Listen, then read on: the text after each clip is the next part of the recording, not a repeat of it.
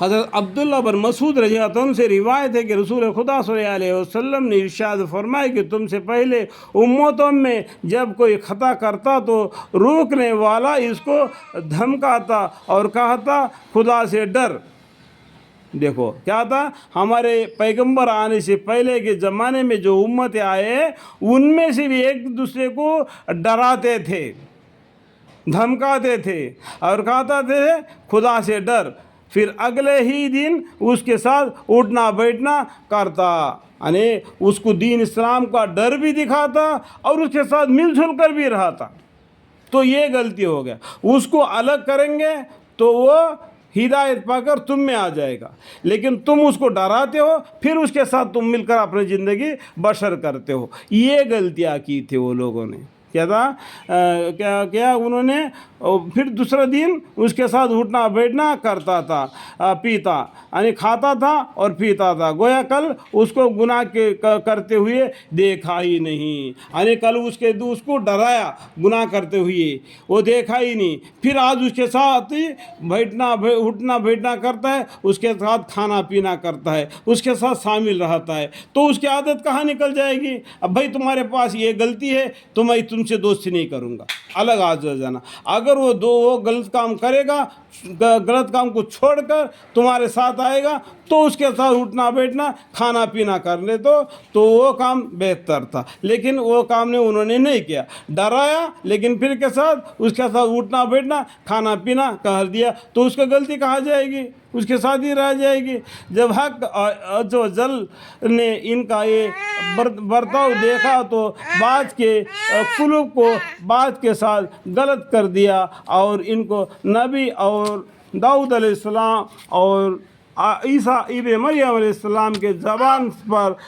لعنت کی، یعنی یہ پیغمبر کے طرف سے ان کے پر لعنت بھیج دی کہ یہ لوگوں نے کیا برے کام کے۔ پیغمبر صلی اللہ علیہ وسلم کا لعنت کرنا کیا ہے؟ اللہ تعالیٰ ان کا جو دعا کو اللہ تعالیٰ قبول فرماتے ہیں، ٹھیک ہے، اس لیے تو ان پر لعنت کی گئی تھی عیسیٰ ابن مریم علیہ السلام کے زبان سے اور داؤد علیہ السلام کے زبان سے، اور اس لیے انہوں نے خدا کی نافرمانی کی، وہ حد سے تجاوز کیا۔ قسم ہے اس ذات کی پاک کی جس کے قبضے میں محمد صلی اللہ علیہ وسلم کی جان ہے، تم ضرور اچھے باتوں کا حکم کرو اور بری باتوں سے منع کرو، اور چاہیے کہ بیوقوف نادان کا ہاتھ پکڑو، اس کو حق بات پر مضبوط کرو، ورنہ حق تعالیٰ شانہ تمہارے قلوب کو بھی غلط ملت کر دیں گے، اور پھر بھی لعنت ہوگی،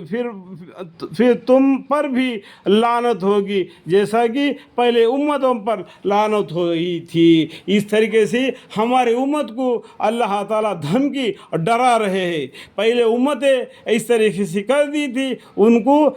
داؤد علیہ السلام اور ابن عیسیٰ علیہ السلام کے زبان پر لعنت کر دی گئی تھی۔ اگر تم بھی جو دین سے غفلت میں پڑا ہے اس کا ہاتھ پکڑو، اس کو حق بات کے پر مضبوط کرو، حق بات کے طرف بلاؤ، ورنہ حق تعالی شانو تمہارے قلوب کو بھی غلط ملت کر دیں گے، اللہم اغفری، اور پھر تم پر بھی لعنت ہوگی جیسا کہ پہلے امتوں پر لعنت ہوئی۔ اللہ تعالی ہمیں اور آپ کو اس بات سے ڈر کر اس لعنت سے بچنے کی توفیق عطا فرمائے، اور اللہ تعالی سمجھ عطا فرمائے۔ اللہ ہدایت دے تو اس کو کوئی روکنے والا نہیں، اگر اللہ جس کو ہدایت نہ دے اس کو کوئی ہدایت دینے والا ہی نہیں۔ اللہ تعالیٰ میرے آپ کو معاف فرمائے اور ہمارے گناہوں خطاؤں کو پردہ فوشی فرمائے، قیامت کے دن میں حشر کے میدان میں پوری صراط پر چلنا آسان فرمائے، اور میری بیوی، میرے بچے، میرے پورے خاندان وسیلہ عطا قیامت نسل با نسل ان سب کے طرف سے میں معافی مانگتا ہوں، اور دین اسلام کی توفیق ہم پر عطا فرمائے، اور آپ کی رحمت، آپ کا سایہ ہم پر ہمیشہ قائم رہے، ہمیں دین اسلام کے ساتھ اپنا زندگی بسر کرے، اور اسی دین اسلام کے ساتھ کلمہ طیب لا الہ الا اللہ محمد الرسول اللہ صلی اللہ علیہ وسلم پڑھتے ہوئے اپنے روح کو قبضہ کر لے، اور ہمیں شہادت دیتے ہوئے ہم اس دنیا سے رخصت فرمائے۔ اشہد ان لا الہ الا اللہ واشہد ان محمد عبدہ ورسولہ صلی اللہ علیہ وسلم۔ آمین ثم آمین والحمد للہ رب